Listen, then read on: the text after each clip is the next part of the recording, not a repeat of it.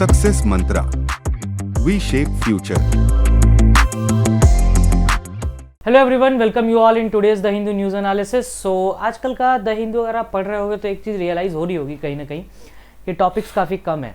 तो आपके लिए गोल्डन पीरियड है, समझ लो यही तुम्हारा गोल्डन पीरियड चल रहा है कि जिसमें अभी का ही टाइम पे जो छोटे छोटे टॉपिक्स होते हैं उनको कवर कर सकते हो, अपना स्टैटिक पोर्शन अच्छा कर सकते हो। स्टैटिक पोर्शन से मेरा मतलब है पॉलिटी अच्छी कर सकते हो if you are going for CLAT, and if you are going for other law entrance examination तो थोड़ा बहुत स्टैटिक अच्छा कर लो अपना। जोग्राफी, हिस्ट्री, पॉलिटी, इन पे कमांड रख लो तो it will give you a plus point. और मैथ्स रीजनिंग पे काम कर लो, है ना, क्योंकि जनवरी ऑनवर्ड्स फिर बहुत ज़्यादा कलेश होने वाला है, क्योंकि फेब में जैसे ही बजट वाला सेशन स्टार्ट होगा, बजट तो आना नहीं है इस बार, वोट एंड अकाउंट और इंटरिम बजट का कॉन्सेप्ट आपको पढ़ना पड़ेगा फिर। तो इसीलिए कह रहे हैं कि अभी का ही टाइम है जिसमें चीज़ों को समेट लो, खुद को समेट लो, चीज़ों को समेट लो, समय है अभी।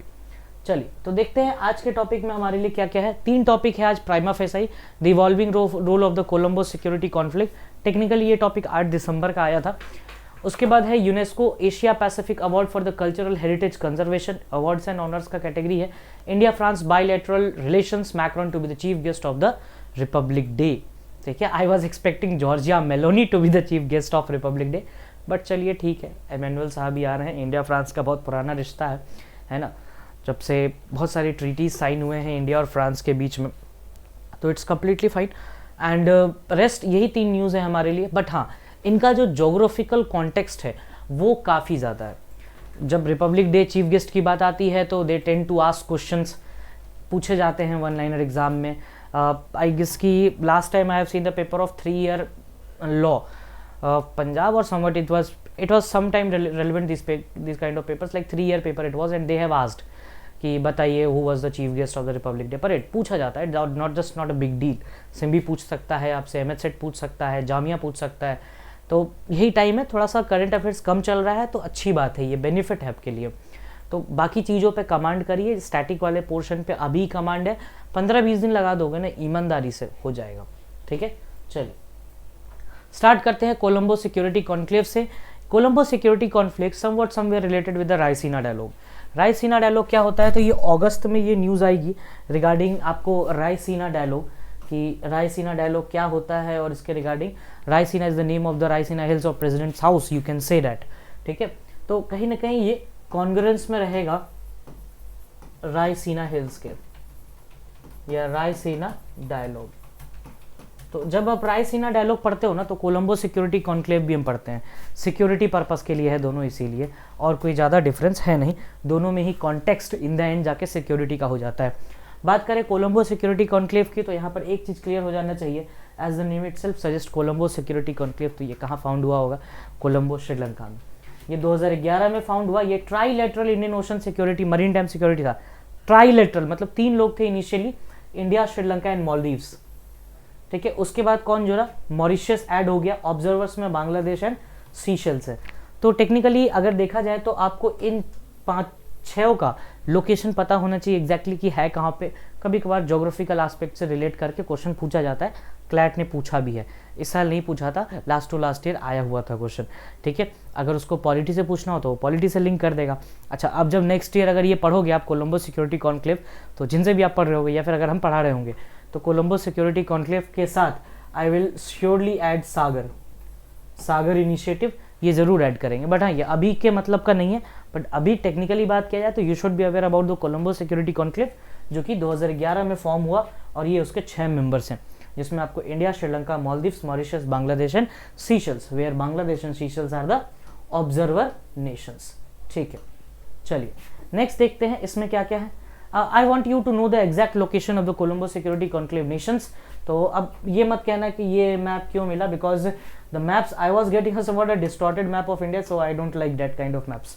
ठीक है, एक हो गया आपको इंडिया, ठीक है, उसके बाद आपको आ गया श्रीलंका, फिर बांग्लादेश, ये 3 नेशंस हो गए। फिर उसके बाद सीशेल्स एंड मॉरिशियस। ठीक है, तो ये आपके नेशंस हो गए। तो इन तीनों को थोड़ा सा अच्छे से, और ये रहा मलेशिया ब्रूनी के पास। तो ये कुछ नेशन है, 1 2 3 4 5 6 हो गए हमारे। ठीक है, India, Sri Lanka, Bangladesh, Seychelles, Mauritius and Malaysia. तो ये थोड़ा सा देख लो कि किसके किसके पास है, कभी कभार पूछ दिया जाता है जब आप वो पढ़ोगे ना एल नीनो ला नीना, तो आपको ये वाला रीजन जरूर पढ़ना होता है, because this region is somewhat somewhere related to the Indian Ocean dipole, IOD। ठीक है, जो ज्योग्राफी स्टूडेंट्स होंगे उनको पता होगा IOD क्या होता है, या थोड़ा बहुत अगर तुमने 10वीं क्लास में भी ज्योग्राफी ढंग से कायदे से पढ़ ली होगी तो तुम्हें पता होगा कि वेदर चेंजेस कैसे होता है। कुछ घबराओ मत, ये टॉपिक आपको दोबारा पढ़ना पड़ेगा जून जुलाई में, जैसे ही इंडिया का मानसून सीजन स्टार्ट होगा वैसे ही IOD, एल नीनो, ला नीना का कॉन्सेप्ट आ जाता है। ठीक है, क्योंकि ये मेडागास्कर है और इसी वाले रीजन पे हम बोलते हैं मस्करीन हाई, जिसके कारण अगर ड्राई ईयर भी होता है फिर भी हमारे यहाँ बारिश हो जाता है। And this year was the one of the region. Indian Express पे इस पे मल्टीपल आर्टिकल्स छपे थे, तो please read such kind of articles. ठीक है, चलिए। अच्छा, ये वाला याद ही होगा आपको, रेड सी वाला रीजन जो हम लोगों ने पढ़ा था परसों। इट वाज रिगार्डिंग द जो भी पायरेट्स अटैक हो रहे हैं गाजा के वॉर के बाद, यहाँ पर जो रीजन्स है। ठीक है, और ये रहा भूटान। बताना अभी भूटान और इंडिया के बीच में कौन सा रेलवे लिंक प्रोजेक्ट चल रहा है, नाम बताना। भूटान और इंडिया के बीच में कौन सा रेलवे लिंक प्रोजेक्ट चल रहा है। ये बहुत ही आसान क्वेश्चन है, अगर तुम्हें ये नहीं आ रहा है तो आई वो क्वेश्चन, अगर तुम्हारा एग्जाम मार्च अप्रैल मई में है तो तुम कर क्या रहे हो यार, still you need to awake. Bhutan और इंडिया के बीच में कौन सा रेलवे लिंक प्रोजेक्ट चल रहा है, एकदम स्ट्रेट फॉरवर्ड क्वेश्चन है। And you also know that कि ऐसे क्वेश्चंस पूछे जाते हैं। ठीक है, चलिए अब आते हैं वापस से अपने हम पुराने टॉपिक पे, कोलंबो सिक्योरिटी कॉन्क्लेव। तो एग्जैक्टली ये कॉन्क्लेव हुआ क्या, तो इसमें बेसिकली इंडिया के जो NSA हैं, अजीत डोभाल साहब, ठीक है, तो अजीत डोभाल साहब गए थे इसके सिक्योरिटी कॉन्क्लेव में पार्टिसिपेट लेने, जहाँ पर इंडिया के और इंडियन ओशन के सिक्योरिटी के बारे में बात हुई, जहाँ पर जो कंट्रीज़ हैं मेंबर स्टेट्स इनके मॉरिशस, श्रीलंका, बांग्लादेश, शीशेल्स और उसके बाद Maldives. Now a new dispensation was the absent, Maldives absent था because of the political imbalances के कारण। ठीक है, तो इस तरीके से चीज़ें हैं, बट हाँ इसका मेन पर्पस क्या है, इंडियन ओशन में सिक्योरिटी बढ़ाना। ठीक है, अब क्यों सिक्योरिटी बढ़ाना, ऐसे क्या क्या रीजंस हो सकते हैं कि इंडिया इस पे इतना जोर दे रहा है इंडियन ओशन में सिक्योरिटी बढ़ाना, तो ध्यान रखना। चलो इसको मैप से ही देखते हैं। इंडियन ओशन में सिक्योरिटी बढ़ाना यहाँ ज़्यादा अच्छे से समझ में आएगा। आपको ये बात पता है कि ये वाला पार्ट आपका इंडियन ओशन वाला रीजन है। ठीक है, ये रहा आपका चाइना, और चाइना 2 प्रोजेक्ट्स चला रहा है पैरेलली। एक है बेल्ट एंड रोड इनिशिएटिव, ठीक है, और दूसरा है चाइना पाकिस्तान इकोनॉमिक कॉरिडोर। चलो ये तो इधर से निकल जाएगा, चाइना पाकिस्तान इकोनॉमिक कॉरिडोर, लेकिन जो बेल्ट एंड रोड इनिशिएटिव है वो पूरा कनेक्ट कर रहा है। और कहीं ना कहीं देखो तो श्रीलंका में चाइना ऑलमोस्ट हर टाइम कोई ना कोई एक वॉरशिप डॉक करते रहता है। तो दिस थिंग जिसे आप बोलते हो स्ट्रिंग ऑफ पर्ल्स, ये डायमंड नेकलेस, ठीक है, इंडिया की तरफ से, तो वो उस चीज़ को काउंटर करने के लिए इंडिया ये काम कर रहा है। अच्छा, इसके लिए इंडिया और क्या क्या कर रहा है, एक तो आपको कोलंबो सिक्योरिटी कॉन्क्लेव हो गया, सागर इनिशिएटिव हो गया, इंडियन ओशन रिम एसोसिएशन हो गया, तो ऐसे 3-4 मेजर सेटबैक्स इंडिया ने किए हैं। प्लस अगर आप देखो तो बिम्स्टेक भी इसमें एक इंपॉर्टेंट एस्पेक्ट है, बिम्स्टेक वाला। ठीक है, कहीं ना कहीं क्वाड कंट्रीज़ के साथ जो हमारे रिलेशंस अच्छे हैं वो और बेनिफिट करता है। क्वाड में 4 कंट्रीज़ होते हैं, बताना कौन से 4 कंट्रीज़ होते हैं क्वाड में। ऐसे ऐसे क्वेश्चंस पूछ लिए जाएंगे अभी जो वनडे एग्जाम्स होंगे आपके, जिसमें पैसेजेस नहीं होते हैं अनलाइक द क्लैट्स, तो उस पर ऐसे क्वेश्चंस पूछे जाते हैं क्वाड। और रेलवे लिंक प्रोजेक्ट का तो आपको नाम बताना ही बताना है। ठीक है, तो these are the some few aspect जिसके कारण इंडिया यहाँ पर इतना इंटेंसिटी से काम करना चाह रहा है। ठीक है, चलिए नेक्स्ट टॉपिक पे आता है, UNESCO Asia Pacific awards for the cultural heritage conservation. UNESCO आजकल बड़ा न्यूज़ में चलता है ना, पिछले टाइम भी यूनेस्को 2 न्यू साइट्स ऐड हुए, रविन्द्रनाथ टैगोर वाला एंड होयसाला टेम्पल्स वाला, तो प्लीज़ उनको याद रखना, उनको भूलना मत, नेक्स्ट बार एग्जाम में आ सकता है कि कितने यूनेस्को हेरिटेज साइट्स हैं इंडिया में टोटल। ठीक है, एक बार आईलेट पूछ चुका है, अगर आपको जामिया या फिर एनमैट जो अभी आ रहा है एग्जाम, तैयारी करना शुरू कर दो। जिन्होंने भी क्लैट नहीं दिया and they want to take admission in Narsee Monjee, तो प्लीज़ स्टार्ट प्रिपेयरिंग एनमैट। ठीक है, तो एनमैट के पेपर्स में ऐसे क्वेश्चंस पूछ दिए जाते हैं कि बता दो ये क्या होता है, वो क्या होता है, G20 कहाँ हुआ था। ठीक है, थोड़ा बहुत इन सब चीज़ों के बारे में पता रखो, क्योंकि 6-7 महीने अगर हम पीछे खींचें मार्च से तो आप यहीं पर आके जाओगे। ठीक है, और जिनका भी इंटरव्यू होने वाला है, जो भी बच्चे शॉर्टलिस्ट होंगे NLU नागपुर के लिए, उनके लिए भी प्लीज़ स्टार्ट रीडिंग न्यूज़पेपर पढ़ो, उनसे क्वेश्चन पूछा जाएगा, GD में अच्छा बोल पाओगे और इंटरव्यू में ढंग का आंसर दे पाओगे। ठीक है, रेस्ट कोई भी क्वेरी हो, we are here for you. चलिए, तो 3 हेरिटेज प्रोजेक्ट्स हैं, पंजाब, हरियाणा और secured prestigious spots among the UNESCO Asia Pacific award of cultural heritage conservation. तो 2 स्टेट्स के भाई 3 जो हेरिटेज प्रोजेक्ट्स हैं उनको स्पेस मिला है UNESCO Asia Pacific cultural heritage conservation award में। 2000 से यूनेस्को ये काम कर रहा है, United Nations economic, social and cultural organisation जो है आपका, इस तरीके की चीज़ें। Among the recognise site 5 are from China, 6 from India and 1 from Nepal. ठीक है, ये नेबरिंग कंट्रीज कहें कि कितने कितने किसके हैं। Award winning sites from India कौन कौन से हैं थोड़ा सा देख लो, एटलीस्ट एक बार नाम तो देख ही लेना, याद नहीं करना हो तो, but at least once see the names ताकि ऑप्शन लग जाए।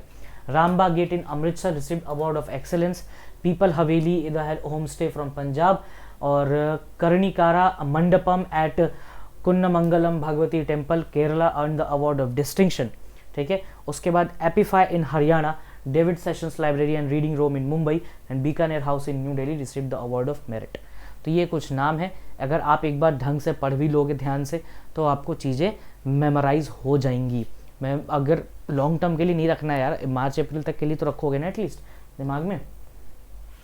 चलिए नेक्स्ट है, and last news for today is India France bilateral relations, Macron to be the chief guest on Republic Day. है ना, जैसे इंडियन न्यूज़ मीडिया चल रहा है या जिस तरह से इंडिया का इंस्टाग्राम चल रहा है आजकल, तो उस हिसाब से यहाँ पर होना चाहिए था India Italy bilateral relation and Meloni to be the chief guest of Republic Day. चलिए तो जो थिंग्स अपार्ट, बट बात करें तो Emmanuel Macron will be the next chief guest of Republic Day parade. ठीक है, रिपब्लिक डे होगा, उसमें मैक्रोन साहब चीफ गेस्ट होंगे। अब मैक्रोन साहब की बात करें तो इंडिया और फ्रांस के बहुत डाइवर्सिफाइड रिलेशंस है। You talk about defense, we have a relation with France. You talk about environment, we have relation with France. You talk about export sectors, we have relation with France. You talk about culture, we have relationship with France. ठीक है, और India में French colonies भी हुआ करती थी, है ना। जैसे अगर आप बात करो कि कौन पहले आया, आप बात करते हो ना, जैसे मॉडर्न हिस्ट्री पढ़ते हो कि कैसे कैसे मतलब यूरोपियंस आए थे, तो पोर्टुगीज, डच, इंग्लिश, फ्रेंच ऐसे बोलते हो, तो these are the nations who came India. तो पोर्टुगीज, डच, इंग्लिश और फ्रेंच, तो ये नाम याद रखना है, ये भी आए थे, that was the last one to come. तो ये याद रखना है, ऐसे पूछ दिया जाता है, ये मॉडर्न हिस्ट्री का इंपॉर्टेंट एस्पेक्ट है, ऐसे ही पढ़ना है आपको, स्टैटिक वाला पार्ट। चलिए, तो एस्टैब्लिशमेंट से देखें 75 years from the friendly relation, 1948 से एस्टैब्लिशमेंट है। इंडिया और फ्रांस के रिलेशंस एलिवेट हुए हैं। लास्ट ईयर मुझे नहीं बोलना चाहिए, इसी साल मोदी जी फ्रांस गए भी थे, तो हम लोगों ने देखा भी था, है ना। फ्रांस में हमारे बहुत अच्छे सबमरीन्स डील्स भी हुए हैं। ठीक है, तो इंडिया फ्रांस की बात करें तो कल्चरल टूरिज्म कोऑपरेशन है इंडिया फ्रांस के बीच में। जैसे नमस्ते फ्रांस 2016 में कल्चरल फेस्टिवल मनाया जाता है। ठीक है, हमेशा ली टोमेटिनो के ऊपर मत जाया करो, नमस्ते फ्रांस भी एक फेस्टिवल है। मरीन टाइम कोऑपरेशन देख लिया जाए तो road map and blue economy for the ocean governance, जिसको हम लोग देखा था कि फ्रांस के साथ इंडिया की मरीन इकोनॉमी बहुत अच्छी है। सिविल न्यूक्लियर कॉर्पोरेशन 2008 में हुआ था फ्रांस के साथ। उसके बाद देखें तो दोनों का एक वाइड स्प्रेड क्लाइमेट चेंज के लिए भी है, और इंडिया और फ्रांस ने ही मिलकर 2015 में इंटरनेशनल सोलर अलायंस स्टैब्लिश किया, जिसके one sun one world one grid OSOWOG बना जा करके, है ना। जब इंडियन सोलर अलायंस की बात करते हो, इंटरनेशनल सोलर अलायंस की बात करते हो, तो इसमें हम कहते हैं कि वो कंट्रीज़ का पार्ट है जो सूर्यपुत्र कंट्रीज़ हैं, है ना, जिसमें 300 से ज़्यादा डेज लाइट आती है, उन्हें हम इसका पार्ट मानते हैं। या फिर कहो कि ट्रॉपिकल कंट्रीज़, जो कि ट्रॉपिक ऑफ कैंसर और कैप्रिकॉर्न के बीच में कंट्रीज़ आती है। जिन्हें नहीं पता, ट्रॉपिक ऑफ कैंसर और कैप्रिकॉर्न देख लो, ये है equator, cancer and Capricorn.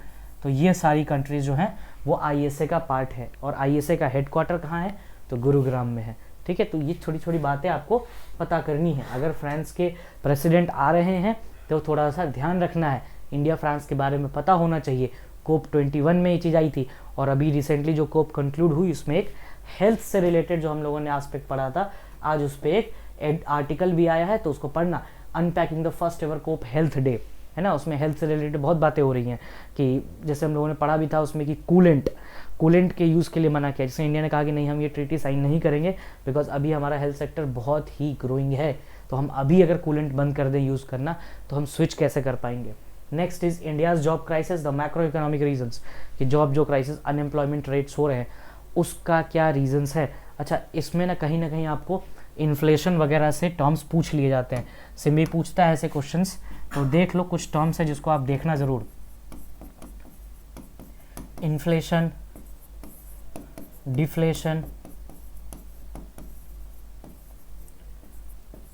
Disinflation,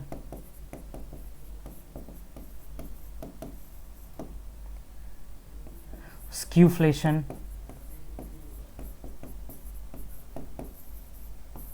ठीक है, ये कुछ टर्म्स हैं जिनको आप जरूर ध्यान रखिए। इन्फ्लेशन, डिफ्लेशन, डिसइन्फ्लेशन, स्क्यूफ्लेशन, है ना, और हाइपर इन्फ्लेशन, सुपर इन्फ्लेशन, ऐसे वर्ड्स यूज़ होते हैं, तो प्लीज़ ध्यान में रखिए इन टाइप के टर्म्स को। कि ये अगर आता है सिंगल हैंडेडली, जैसे एलेट ने पूछा था इस बार, तो ऐसा आता है तो आप कर सको। Next is England Manchester City, sports का न्यूज़ है, answer is Fluminense. International finance tech city Gandhinagar, है ना, आजकल डायमंड ब्राउज भी वहीं पर है। Third is what is the term of the for the science and studying oceans, ये it's like a static question, I tend to add कि भाई चलो कुछ स्टैटिक क्वेश्चन भी डालते हैं। इसका आंसर है hydrography, hydro is to water, right, that's why. And Republic Day celebration कौन आ रहे हैं, तो French president Emmanuel Macron, straightforward question जिनके बारे में अभी बात किया। So these were the questions for today that you should at least try to do it, और जो टॉपिक्स है उनको करना शुरू करो अभी से, you have ample of time left. Thank you, that's all from my side.